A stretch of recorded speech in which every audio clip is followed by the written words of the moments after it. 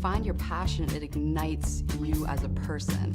You just feel awesome. Hey, my Jiu Jitsu sisters, what is going on? Today we have a really special topic. One of our Jiu Jitsu sisters, she wrote me and she was like, hey, I'm going to class, but I'm really afraid that, I'm gonna freeze like during rolling or during a self-defense situation, and like everything that I learned is just going to go out the window. All right, so we have, like an obvious answer and then a not so obvious answer, right? So our obvious answer is, okay, drilling. And why drill? So have you ever heard of like when you see an MMA fight, for example, and for every strike that occurs like right to the noggin, you lose a belt? So like, it's a black belt starting off, brown belt, purple belt, blue belt, white belt. It's because for every layer of extreme distraction, like somebody striking you or attacking you, it's like you're relying on your subconscious training to take over without any thought. So all of the moves that you learn as a white belt are going to be deep ingrained, embedded into your brain, the moves that you've practiced for the longest period of time. As time goes on, the most recent skills are going to be the first skills that go out the window.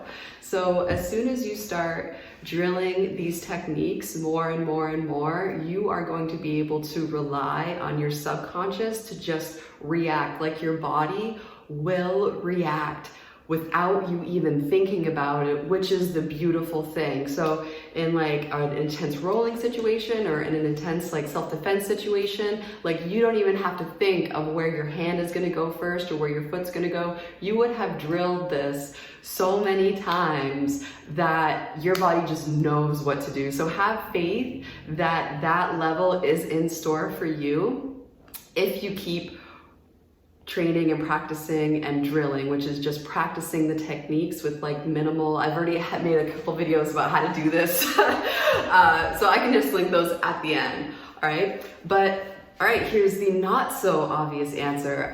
So before class, me and another female were practicing some techniques. We were drilling.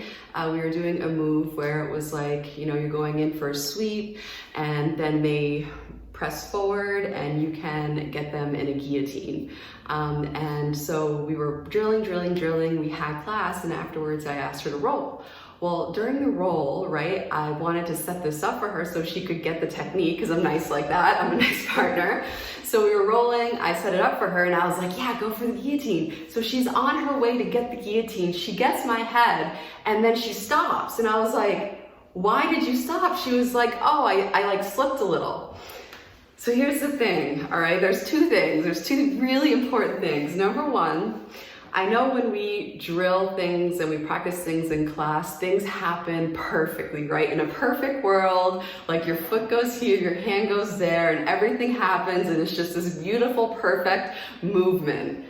In reality, shit just does not happen like that, right? So here it is, like practice this mantra in your head to keep moving. Like if you are in the middle of a technique and you're not doing perfectly or it didn't go exactly as planned, whatever you do, do not stop moving, okay? Keep on after it. It's okay if things don't 100% work out. You are a beginner, okay? And you're not even at that point yet of like knowing a second or third move to do in that situation. Like you don't know backup moves yet, and that's okay. Like all you have to do is if you're going for something and it doesn't work out, don't stop, just keep on moving.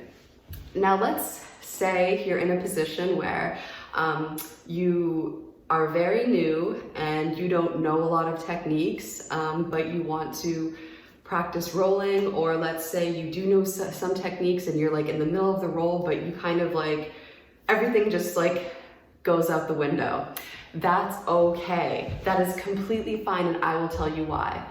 All of the time that you spend on the mat is helpful to you because you are experiencing what it's like to, from a self-defense perspective, you are experiencing what it's like to defend yourself by rolling, or if you want to call it like sparring or grappling. That's almost like a smaller percentage intensity of what it would be like to defend yourself. And there's a lot of value in just going on the mat, even if you know zero technique or you think you're gonna forget the technique that you practice. It is a skill in and of itself to be comfortable within close proximity of another human. Most people don't.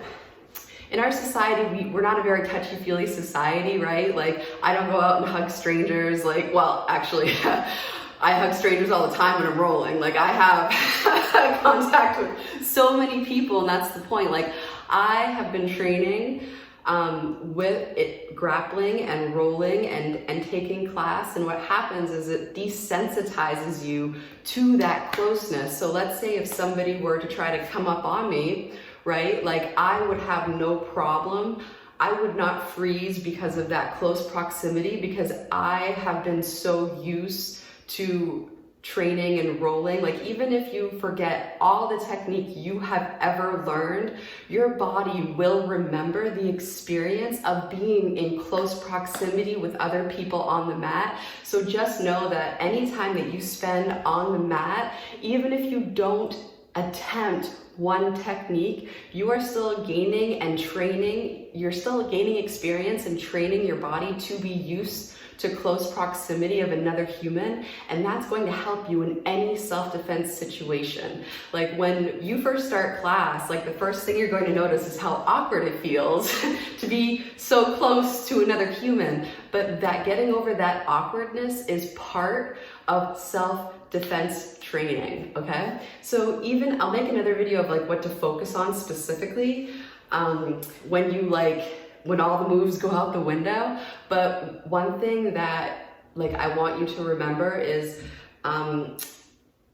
anytime you are brave enough to step on the mat and just do one roll, that is so valuable in your training, especially in self-defense training, because you're putting yourself in a situation where you are in close proximity to another human trying to fight you, and you are trying to fight back.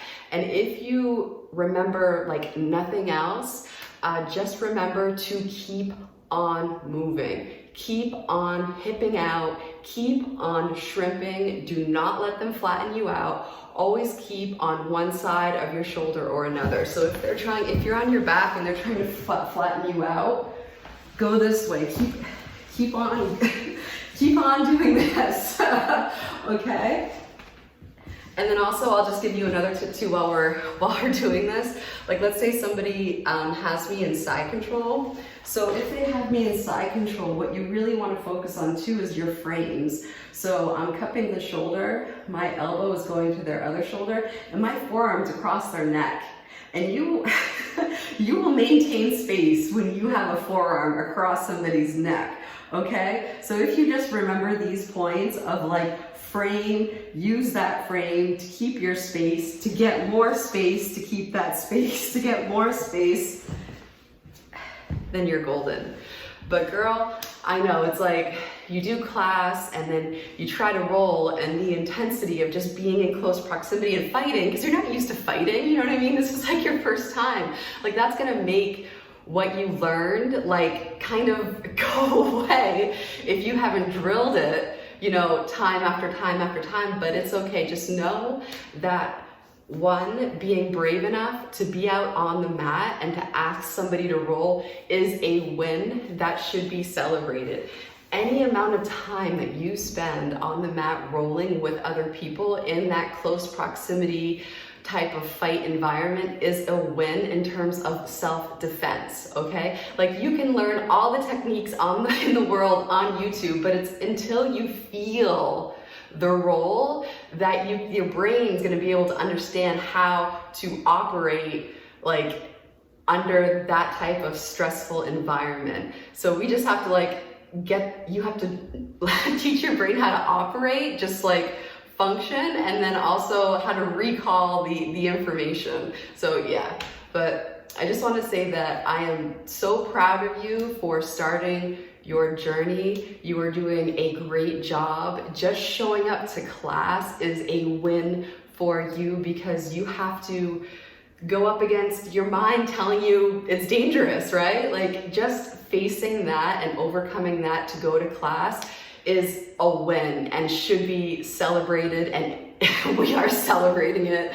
Good job. Just having that one roll after class, if it's something that you've been afraid of doing, and I've been there too, like, starting rolling is tough, but if you, I found one thing that helped me is if you just like parse out, just like, okay, let's just do one roll, just do one roll and then go home, and know that, you know, just because you didn't hit that class move, or if you forgot it, it doesn't mean it's a failure.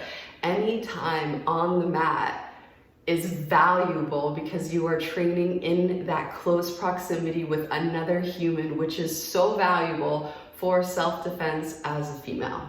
All right, so just keep moving, keep training. You're doing great. I'm so proud of you, and until next time.